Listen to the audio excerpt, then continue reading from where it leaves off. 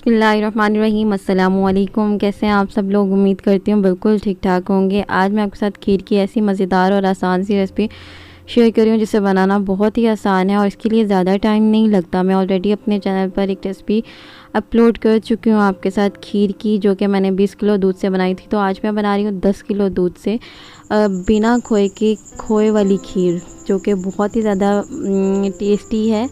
और इसे कैसे बनाना है, अगर आपको खीर बनाना मुश्किल लगता है, अगर आपको खीर बनानी नहीं आती, तो आप मेरी रेसिपी को मुकम्मल वॉच करें।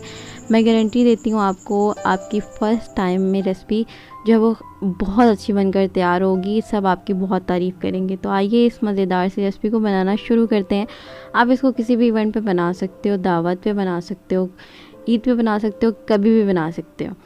तो यहाँ पर मैंने फुल फैट मिल्क लिया है, जो कि 10 लीटर है। ठीक है, 10 किलो हमने दूध ले लिया है और मैंने इसको गर्म करना है, सिर्फ गर्म होने के लिए रख दिया है। और दूध जो है वो गर्म होना स्टार्ट हो गया, आप देख सकते हैं। तो इसे चम्मच चलाते हुए पका लेंगे, इसमें 3 से 4 बॉयल जो है वो आ जाए। फिर हमने इसमें शामिल कर देना है चावलों को। तो चावल जो हैं वो मैंने ओवरनाइट भिगो दिए थे। अगर आप ओवरनाइट नहीं भिगो सकते तो आप 3 से 4 घंटे तक पहले भिगो दें। ठीक है, 3-4 घंटे पहले भिगो दें। अगर आपके पास फिर भी टाइम कम है तो आप चावलों में है गर्म पानी जो है वो शामिल कर दें। तो 10 किलो दूध में आधा किलो चावल जाएंगे। और चावल जो है वो साबुत चावल नहीं डालेंगे हम इसमें, जो है वो मोटे वाले जो खीर के लिए आते हैं ना, वो चावल शामिल कर देंगे इसमें। तो बस इसे मिक्स करते हुए हमने इसको पकाना है।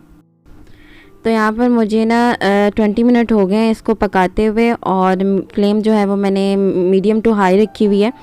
और अब मैं इसमें चेक करूँगी चावलों को। तो चावल जो है हमारे गल जाएंगे। तो ये देखें आप, चावल जो हमारे गल चुके हैं। तब हमने इसमें शामिल कर देनी है चीनी। तो चीनी जो है वो मैंने 10 किलो दूध में 1 किलो चीनी जो है वो शामिल की थी। आप अपने टेस्ट के मुताबिक शामिल कर सकते हैं, कम या ज़्यादा वो आप अपनी टेस्ट के मुताबिक रख सकते हैं। तो यहाँ पर चीनी शामिल कर देंगे और इसको चीनी शामिल करने के बाद हमने इसको मज़ीद पकाना है। अब इसमें शामिल कर देंगे आधा चाय का चम्मच नमक। तो नमक लाजमी शामिल कीजिएगा, पर ज़्यादा नहीं शामिल करना। नमक जो है वो मीठे की स्वीटनेस को बैलेंस करता है और मीठे की जो स्वीटनेस है उसको इन्हेंस करता है। तो ये बहुत ज़रूरी है, आप पर चेक करके ऐड कीजिएगा। तो साथ ही यहाँ पर 1 चाय का चम्मच सब्ज़ इलायची पाउडर, और उसमें मैंने पानी डालकर शामिल कर दिया ताकि इसकी गुठलियाँ ना बने।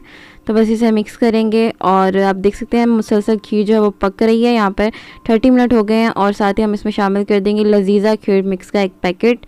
तो ये भी ऑप्शनल है, अगर आप चाहें तो इसमें शामिल कर दें, अगर आप चाहें तो स्किप भी कर सकते हैं, बट मैं 1 शामिल कर देती हूँ। तो बस इसे मज़ीद पकाना है हमने।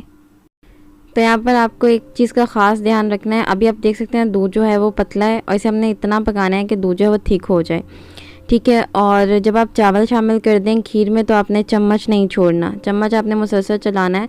अगर तो आप चम्मच छोड़ देंगे तो खीर जो है वो पतीले को या बर्तन को लग जाएगी, तो फिर वो टेस्ट जो है वो ख़राब हो जाएगा। यहाँ पर मुझे 45 मिनट हो गए हैं इसको कुक करते हुए। दूध जो है आप देख सकते हैं थिक होना स्टार्ट हो गया है। और अब यहाँ पर मैंने बादाम जो हैं वो आधा किलो बादाम लिए हैं, उनको मैंने भिगो दिया था। उसके बाद हमने इसको पील ऑफ कर लिया है। पील ऑफ करने के बाद इस तरह कट कर लिया है। कट करना ज़रूरी है ताकि हर तरफ हर बाइट में इक्वली आ जाए। तो ये कट करके शामिल करें, वो ज़्यादा बेहतर है। तो बस इसे मिक्स करेंगे और पकाएंगे। तो यहाँ पर दूध जो है वो काफ़ी थिक हो गया है, चम्मच चलाना जो है वो मेरे लिए मुश्किल हो रहा है। और अब मैं इसमें शामिल करूँगी 1 लीटर पानी। अगर आप चाहें तो इसमें आप दूध भी शामिल कर सकते हैं, लेकिन यहाँ पर मैं 10 किलो दूध ऑलरेडी शामिल कर चुकी थी, तो मैंने अब इसमें जो है वो 1 लीटर पानी शामिल कर दिया। तो जब भी हमें महसूस होने लगे कि खीर जो है हमारी गाढ़ी हो रही है लेकिन अभी तक पककर तैयार नहीं हुई, तो हमने क्या करना है, उसमें पानी या दूध शामिल कर देना है। तो यहाँ पर जो स्टेप कर रही हूँ मैं, हमने चीनी को कैरमलाइज़ करना है। और यहाँ पर मेक श्योर आपका जो बर्तन जिसमें आप कैरमलाइज़ कर रहे हैं वो वाइट ही होना चाहिए। अगर वो ब्लैक होगा तो फिर कलर जो है ना वो ज़्यादा डार्क हो जाएगा, पता नहीं चलेगा। तो यहाँ पे मैंने आधा कप चीनी ली है और उसको हमने कैरमलाइज़ करना है। तो मैंने कैरमलाइज़ करने के लिए हल्की सी आंच पर उसको रख दिया है, और साथ में मैं दूसरी साइड पर खीर में मुसलसल चम्मच चलाते हुए इसको कुक कर रही हूँ। तो जैसे ही ये मेल्ट होना शुरू हो जाएगी तो हमने इसको इस तरह से मिक्स करते हुए स्पैचुला की मदद से इसके जो पीसीज हैं उनको मेल्ट करना है। तो यहाँ पर देख सकते हैं आप शुगर जो हमारी कैरमलाइज़ हो गई है। हमने इसे ज़्यादा नहीं करना, इसका कलर चेंज नहीं करना। तो अब हम इसे ऐड कर देंगे खीर में, और अब इसे मुसलसल चम्मच चलाते हुए अच्छे से मिक्स करते हुए पका लेंगे। तो इससे बहुत ही अच्छा कलर आ जाएगा और ज़्यादा मेहनत नहीं करनी पड़ेगी, क्योंकि चावल हमारे जो हैं वो ऑलरेडी गल चुके हैं। तो खीर में यही होता है कि चावल जो हैं वो आपके अच्छे से गले होने चाहिए। तो बस इसको कलर देने के लिए हमने ये स्टेप किया। अगर आप चाहें तो आप भी करें, अगर आप स्किप करना चाहते हैं तो आप वो भी कर सकते हैं।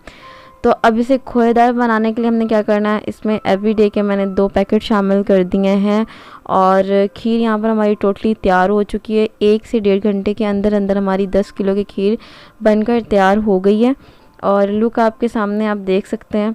तो बस इसे मिक्स करते हुए अच्छे से मिक्स कर लेना है, और हमने इसे 1-2 मिनट के लिए मज़ीद पकाना है, ताकि हमने जो पाउडर शामिल किया है वो इसमें अच्छे से मिक्स हो जाए।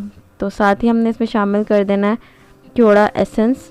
तो ये भी लाजमी है, आपने इसको चंद ड्रॉप शामिल करने हैं। तो यहाँ पर मैं 6 से 7 ड्रॉप जो है वो शामिल कर दूँगी। एसेंस ऐड करने के बाद हमने इसको अच्छे से मिक्स करना है, और उसके बाद हमने फ्लेम को ऑफ़ कर देना है। और लुक आप देख सकते हैं कितनी ज़बरदस्त लग रही है, कलर आप चेक कर सकते हैं, टेक्सचर आप चेक कर सकते हैं कितना यम्मी लग रहा है, और बिल्कुल रबड़ी जैसा इसका टेस्ट है। तो ट्राई ज़रूर कीजिएगा, इंशाल्लाह आपको बहुत ज़्यादा पसंद आएगी। किसी भी इवेंट पे आप बनाएंगे तो सब आपकी बहुत ज़्यादा तारीफ़ करेंगे। मैंने ही बनाई थी तो सबको बहुत ज़्यादा पसंद आई थी, तो सोचा आप लोगों के साथ इसकी रेसिपी शेयर कर दूँ। तो यहाँ पर अब इसको हम सर्विंग बाउल में ऐड कर देंगे। तो गरम गरम ही इसे ऐड करेंगे, ठंडा हो जाएगा तो इसके ऊपर मलाई की लेयर जम जाएगी, तो जिसके लिए उसकी जो लुक है वो परफेक्ट नहीं आएगी। तो गार्निशिंग के लिए यहाँ पर मेरे पास बादाम है, जिसको मैंने इस तरह से कट कर लिया है, तो वो ऐड कर देंगे। आप अपने कोई भी मनपसंद ड्राई फ्रूट के साथ इसको गार्निश कर सकते हैं। आप चांदी के वर्क लगा सकते हो, जो आपको पसंद हो आप उसके साथ से गार्निश कर सकते हैं। तो यहाँ पर इसको ठंडा करें और उसके बाद इसको सर्व करें। तो ट्राई ज़रूर कीजिएगा, इंशाल्लाह बहुत ज़्यादा पसंद आएगी। मिलते हैं नेक्स्ट वीडियो में। अपना बहुत ज़्यादा ख्याल रखिएगा, मुझे दुआ में याद रखिएगा। तब तक के लिए अल्लाह हाफिज़, बाय बाय।